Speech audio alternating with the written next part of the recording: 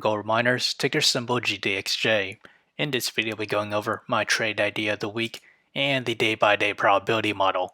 So let's start off with the technical analysis on the 1 hour chart. We remain in negative MACD. We're still below the 200 moving average, this green line, which will act as our resistance at a price of $53.73. With the 4 hour chart, we still remain in negative MACD. If we extend that further to the daily chart, we remain in positive MACD but approaching to negative MACD territory.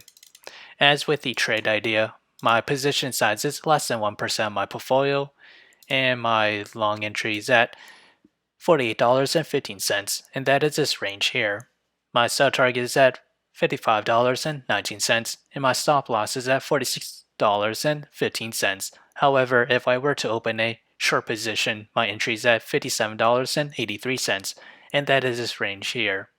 My sell target is at $50.35, and my stop loss is at $60.72.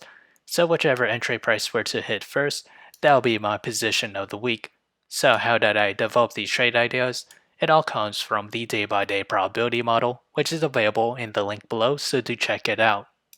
As we progress to the 5th day or week of trading, gold miners has a 36% chance to climb between 0 to 9%, a 9% chance to climb between 9 to 18%.